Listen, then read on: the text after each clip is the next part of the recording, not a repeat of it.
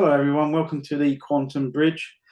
Today we have another new guest with us by the name of Chandra. Welcome to the show, Chandra. Thank you. And thanks for having me, Gary and Casper. You're welcome. Pleasure.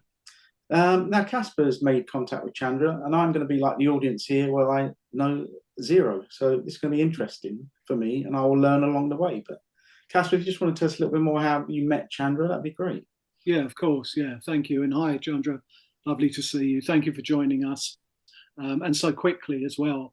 Yeah, so I'd found Chandra via LinkedIn, which is one of the areas that I tend to use quite a lot. And normally it just means that I've seen some posts and some comments that I like. I get that sort of sense that there could be some resonance with whichever person that might be. And in this instance, a lot of that seemed to overlap into the world of sort of books and publishing. And I just felt that, look, we're fortunate enough to have quite a lot of our viewers are based in the States anyway, as is Chandra. And I just thought, well, look, here again, we've found somebody else who may not resonate with everything we do, everything else we have on the channel, all of those things, which is great. We don't need that. We don't want to be an echo chamber. But I thought there was enough there that maybe this would be a platform for her, and it would be interesting for us and for our audience. So before I say any more, Chandra, can you just give us a bit of detail around the rest of your name, where exactly you're based as well, and any just sort of general background, and then we can just jump into a conversation around how your journey has been over the last few years and how the future looks for you at the moment. Absolutely. And first, I want to say thank you for having me on this show. I'm excited to be here. So my full name is Chandra Chappell. I am based in the States, right outside Pittsburgh, Pennsylvania. And just a quick background, growing up, I always felt like I was really connected to people emotionally. Only when I was a kid, I didn't quite understand what that meant and how to really process my own emotions as a child. But I knew there was a way. So that ultimately led me on my track to starting to understand people. I went for a teaching degree, and then when I was a teacher, realized I wanted to work with that one child or two children that had emotional difficulties. And so I decided to switch my degree to psychology, which I did. Ultimately ended up getting a master's in psych. And it was then that I started working with kids with anxiety, depression, and doing a lot of mindfulness-based treatment, and saw the effectiveness, but not only just on a cognitive aspect, there's also the emotional connection. So fast forward, 15 years, I took 9 years of a break in my career to raise my children at home while they are young. They're still pretty young, 12 and 8. However, a little less needy than they were when they're babies, obviously. So then I started a business in 2020, which is called Mindful Adaptations, based right outside of Pittsburgh. And really, it's about helping kids understand that full body congruence piece between their heart, which is their emotional center, and their brain, which is their cognitions and what they're thinking, and then tying that into their third brain, which is their gut. So trusting their instincts and building that full body congruence to live in more harmony with themselves, to have less anxiety, to improve their moods, to have better social relationships, all across the board. And while working with these kids, I thought, this is great. I love working and doing what I'm doing. However, how can we reach more kids in where they spend most of their time? So that led me to write a curriculum for schools, which is just now starting to be instituted in a couple schools in my area in August, which I'm super excited about. Yeah, that's amazing, by the way. That's incredible. Thank you. But it's organized in a systematic way to help kids understand how to build that full body congruence between understanding their thoughts and understanding their emotions, understanding how to self-regulate and really put the control within them so they don't have to find outside sources.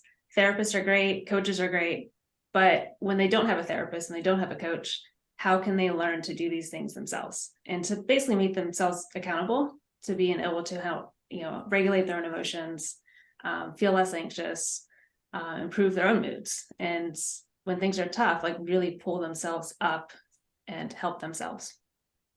And what sort of age does this, the work that you've been focusing on, really sort of center on? Is there a particular starting point, and is there an ideal time that a child would engage in your sort of material to mean that they've really embodied it?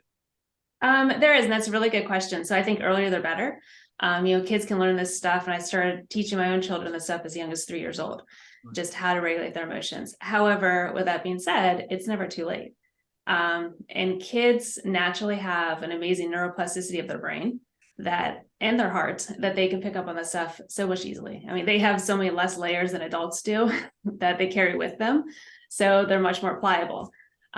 So this stuff I've really seen effective with all kids across the age range, between 3 years old until 17 or even 18. And it's really cool to see when they start to, that light bulb moment, when they start to realize like I am in control of my thoughts, or what I do say matters. And I know you guys will probably understand this, but it goes into the whole energy aspect too. Like, our thoughts are energy, our feelings are energy. And so what we put out there really makes a difference in how we're perceived by others and how we are received, within our environment. Very, very important and timely work, I would say, where we are at the moment.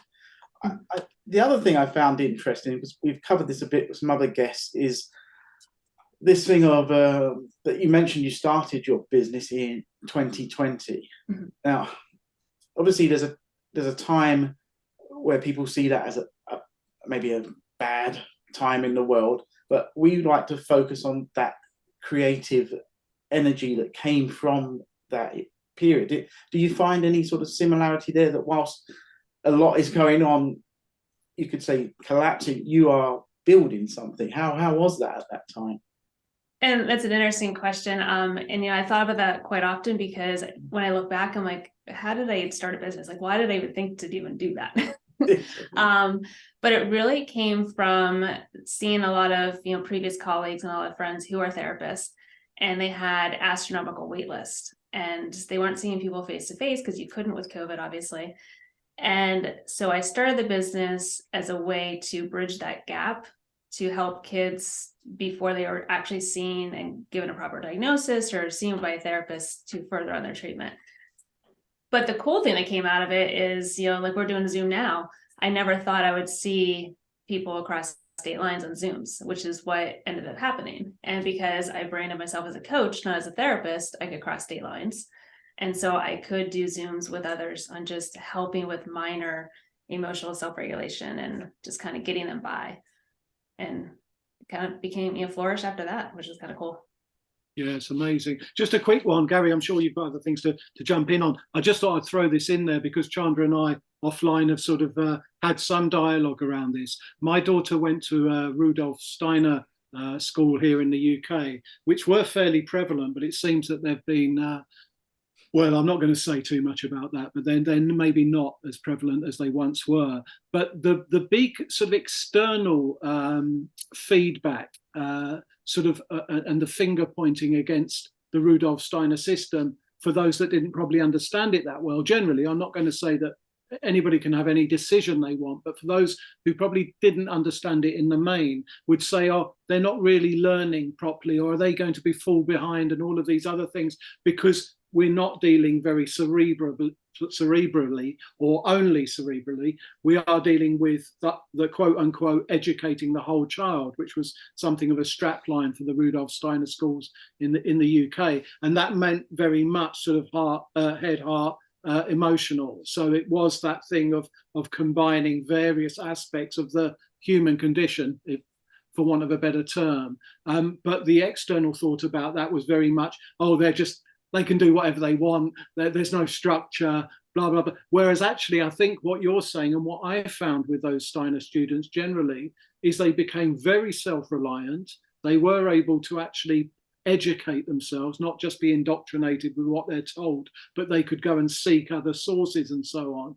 And actually, in the end, what that system seemed to produce to me was very rounded human beings who had these many different facets and did well generally academically too. So I'm just interested in whether or not you get any sort of, not backlash per se, but people saying, well, it's very important these days to concentrate on the more cerebral side of things. Yes. So, and that's what I've been really careful not to take anything away from that. And my whole platform is, and they have research studies on functional MRIs and how this stuff actually does increase blood flow and increases attention, increases memory, and increases concentration. And so when you have that, you're, like you said, you're more likely going to be able to, learn and be conscious of what you are learning. So I think, going into this, I think a lot of schools don't want to lose that, obviously. But, from what we have seen, when stuff like this is implemented, behavioral issues go down, kids are more resilient, kids are more apt to learn, their attention goes up. So it's almost like the byproduct is almost increasing academic performance. Absolutely. Yeah. My other thought, just Gary, again, please do jump in as well, but the whole thing of sort of ADHD and whatever, there's these huge amount of sort of, one, labels, which I'm not a great fan of anyway, and secondly, this thing of from somewhere, whether this is to do with foods or other aspects. Again, we don't have the time to go into those at the moment, but there is definitely this prevalence of lack of attention and, an issue within schools and within learning generally. Whether also some of this is to do with the way we consume our media now, snapshots from the internet rather than reading in a linear fashion and so on. All of these things may be contributory factors, but do you see that by engaging on those different centers within the child in this case, that things like, I don't know whether you could be as specific as saying ADHD related issues are addressed in any way by this? I can't say per se as far as ADHD, because there's some, different neurotransmitters that are affected in the brain and the gut. And like you said, like a lot of diet plays into that as well. Mm-hmm. However, there's a lot of comorbidity between ADHD and anxiety. And so if you have someone that's able to process their emotions better and open up those pathways and those channels between the connection between their heart, gut, and brain, and really get a natural dose of dopamine. So when you practice a lot of these things, it's been proven, extra oxytocin is released from the heart. And when that happens, then there's an influx of dopamine that's also released in the brain and the gut. And so that's, your happy chemicals, obviously. And so you do, when those are released, then you do see less anxiety, you see improved moods. And so ADHD, whatever's going on with that, might be more manageable. Because they're not having the anxiety compiled on top of that. Yeah, interesting. Gary, given that you're somebody who's suffered with anxiety for your entire life and have some stomach-related issues from time to time too, is any of this resonating with you? Is there anything that you'd like to bring to the party? Well, it does resonate, and I still, to this day, as you said, I struggle with a lot of anxiety, not as much as I did. Again, for myself, that period of 2020 meant going inside again and looking at a lot of things, clearing a lot of trauma, whatever you want to call it. It's been a real a growing period for me. I mean, even how I'm sitting here, this wouldn't have been feasible. So some months back, and I still struggle. It's just I have to push myself to be able to do it. But I think there's some other interesting things there, again, along that creative side. There's another lady called Sherry Divban that's also done new schooling and curriculums. And I really like to see this again, that to get across to the audience that when they look at, okay, the world's a mess, but there are people creating things. The new is coming in as that old goes away.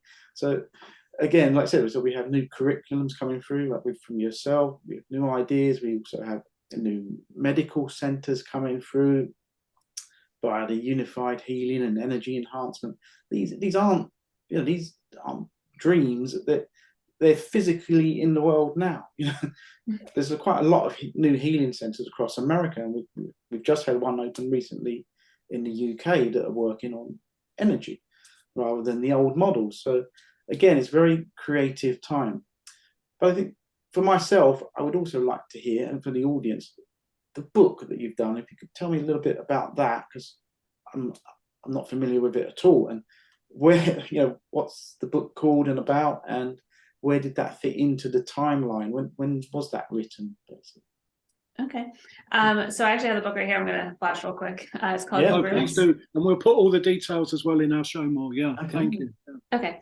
Called Congruence, Heart, Mind, and Body Connection for Everyone. So it's compiled with 36 target exercises, which is one exercise for each week of the school week. All exercises are only 8 to 10 minutes long, so they're really easy. They're extremely doable, easy to follow. And, research points to that all it really takes is 8 to 10 minutes per day of, working through some of these things. And I compiled this because a lot of people think like, okay, I have to meditate and I have to sit there for 20 minutes and meditate. Kids can't sit there for 20 minutes and, sit there in silence. Yeah, and that's hard, right? Most adults can't even do that. So I compiled this over basically 3 years of writing and getting evidence through what I was doing work-wise, and from past experience that those things can be taught in a systematic way. So the first section is focusing on body awareness and just how your body feels in the environment, tuning into what's going on in your body when someone might feel anxious or, dysregulated, because sometimes our body is the first clue, right? We might know how our body feels, but have no idea the actual feeling or the actual thoughts that are happening. But we might notice like, oh, I have some butterflies in my stomach, didn't think, why is that? So that's really the first step. And then there's a whole nother section on breath awareness and different breathing exercises, which has also been researched and studied that, can also control heart rates, decrease anxiety, improve moods. And then there's a whole nother section on thoughts, understanding basically the connection with their thoughts and where they come from, and then feelings, understanding our core beliefs that we might formulate over childhood that might propel us in our life or might sabotage things in our life. So it's understanding really those core thoughts that drive us or impede us, and being able to learn how to challenge those thoughts. So with that being said, it's organized in a systematic way where each exercise builds on the next exercise. And then there's a series of non-target exercises that anyone can do any number of the day, just to kind of refresher stuff. And are these exercises physical and mental, or are they all three sort of centers are involved in them somehow? Predominantly, are they physical? Can you give us an idea of what they would be like, or an example of one or two? Sure. So in the first section with the body awareness, there's some physical exercises, like simple stuff for kids. And, it's ideas to start at the beginning of the school year. So for instance, kids would stand in a circle and have a wad of paper where they need to say the other child's name and throw the ball to someone else, or wad of paper, whatever it is. And so it's just a preliminary exercise and just being aware of one, your surroundings, what's going on in the environment, and being ready to receive that. So that's a very basic exercise. And then there's other ones that go into some guided imagery, meditation kind of stuff. That's kind of fun for kids, because then you start to visualize the story, and the object is, or the idea is, to pay attention to any obtrusive thoughts that might pop into your mind, and just be aware of them, and then bring your mind back to the story that's being told, which is, a very intro meditation exercise. And then there's a couple other ones on understanding attributes, and what attributes, what characteristics somebody might think of themselves as, and learning how to better use self-talk in I statement form. So to motivate yourself, like, I am a caring person, or I am a cautious person, whatever it might be, but understanding really who that person is at their core. But like I said, there's 36 different exercises of all different. And Chandra, is that book predominantly aimed at parents, or at the schools themselves, or just much more generally, it's something to be widely available to just the general public as a whole? Where is it particularly targeted at all? So it is. So I initially wrote it predominantly for schools to be used for teachers to use in the classrooms. However, I do have some parents that bought it for home use, and you don't have to go through each exercise systematically in the home environment. However, it gives a framework also for parents to be able to understand, just understanding that connection and how important that connection building is. Do you think a parent reading it that would, as their coping mechanism for bringing up children? You know, I've got 2 daughters, and generally they've been very good, but you know, that's no reflection on me, by the way. It's despite me, probably. But I do definitely know and feel that there are times when having additional coping mechanisms, and also understanding what might be happening with a child at any given point, and ways of intervening without, you know, just steaming in there and saying you're doing something wrong or you're being bad and all of those things.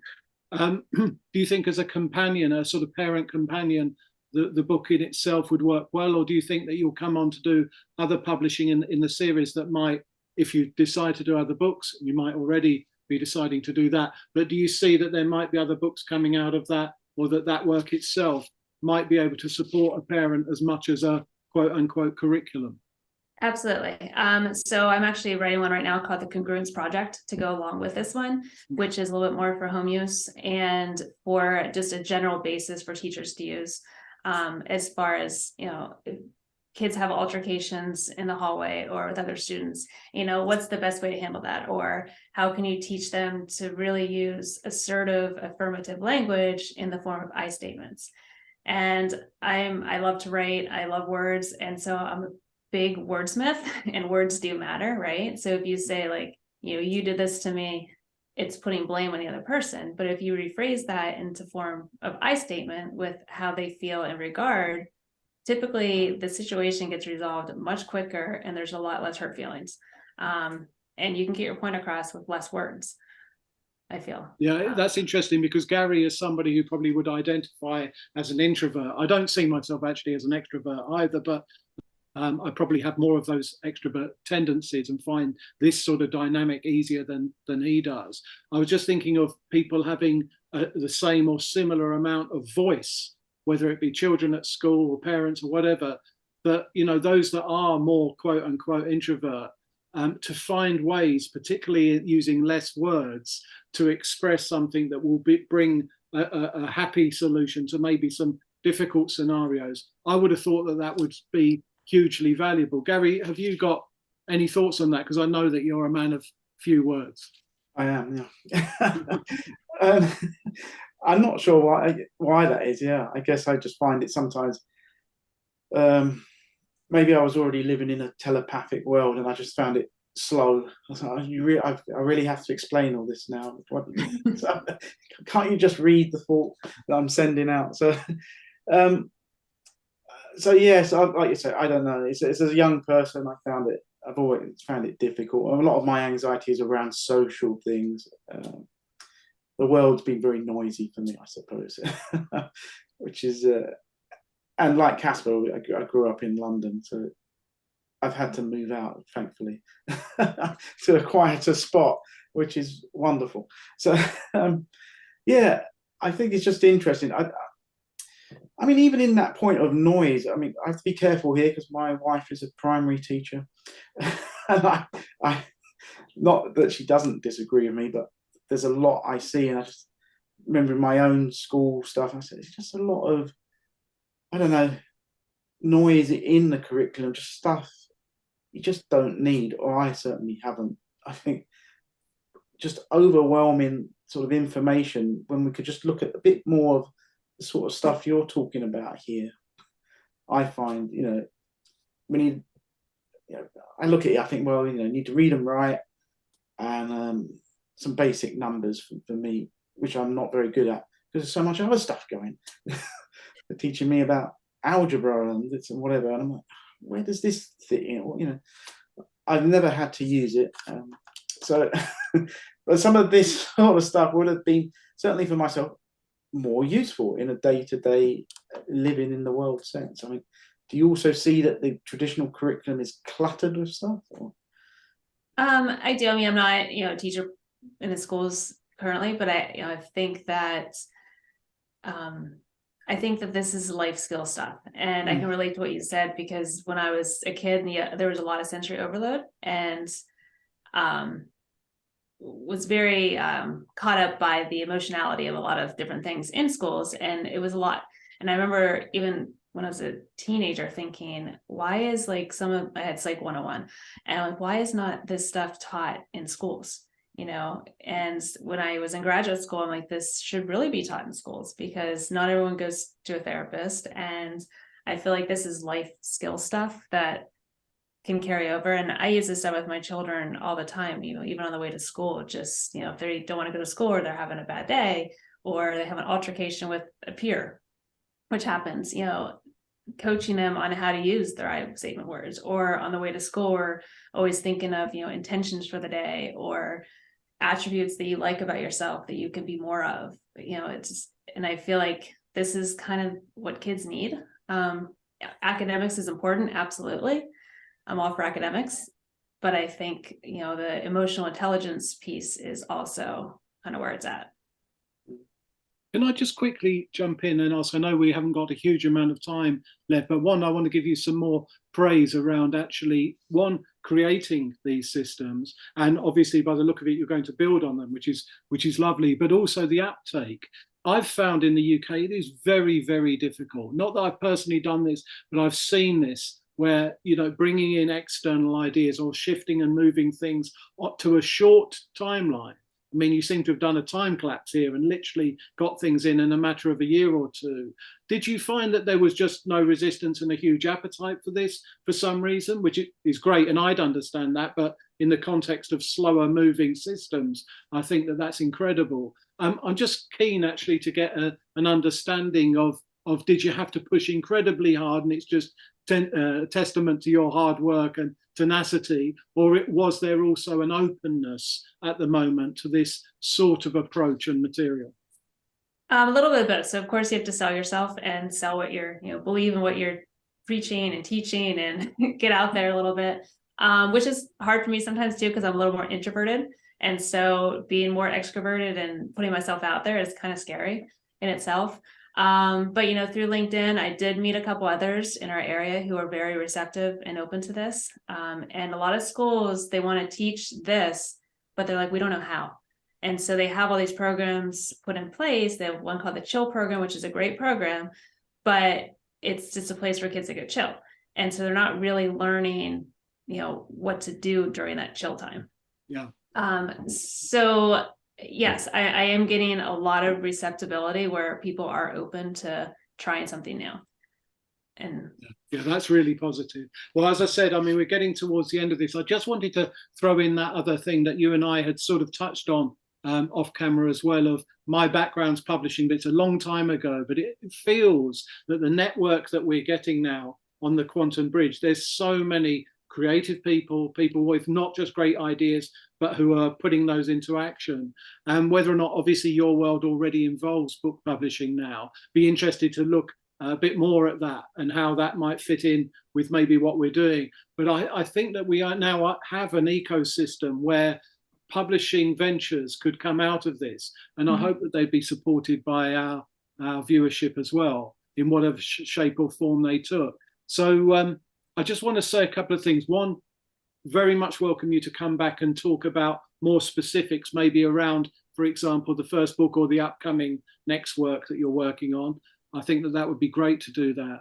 And I think more generally, it would be good if we can open our network out and involve more people, maybe in a upcoming publishing venture. And finally, from my position, I'm sure Gary will wrap up as well, though. I think that's been incredibly engaging, a lovely intro. And I just want to say, I mean, it's amazing that in that short amount of time, you've got to where you've got to. It doesn't surprise me, because you are an excellent advert for what you're talking about. And I think that is another critical thing. When people come up with an idea and a concept, they've got to carry that through in terms of looking like they live that truth. And you definitely have that. So thank you for joining us, and very well done. But do consider coming back and having a wider discussion and talking about specifics as well. Well, thank you. And thank you for the kind words. This has been exciting to be on your show. Like I said, I watched a couple and I like what you guys are doing. This is Thank good you. stuff. And there's a lot of creative people out there who are writing. And so bringing those people together to publish some stuff, I think is fantastic. Yeah. I think it will, your message will resonate with our particular audience. And again, it's great that we're able to see people creating things and bringing all these new ideas to the table. So it's wonderful stuff. So well done. Thank you. I appreciate it. Thanks for having me on. This has been fun. Great. All right. Well, we hope to see you another time. Maybe you can just stay on the line for a second or two while we say goodbye to whomever would like to be watching this. It's lovely to have you join us. And please do consider subscribing. And also, again, we will put Chandra's information to the books and any other material that she does in our Show More section. So please do engage because I think this is a very worthwhile mission. Thank you. Thank you. Take care, everyone. Take care. Bye-bye.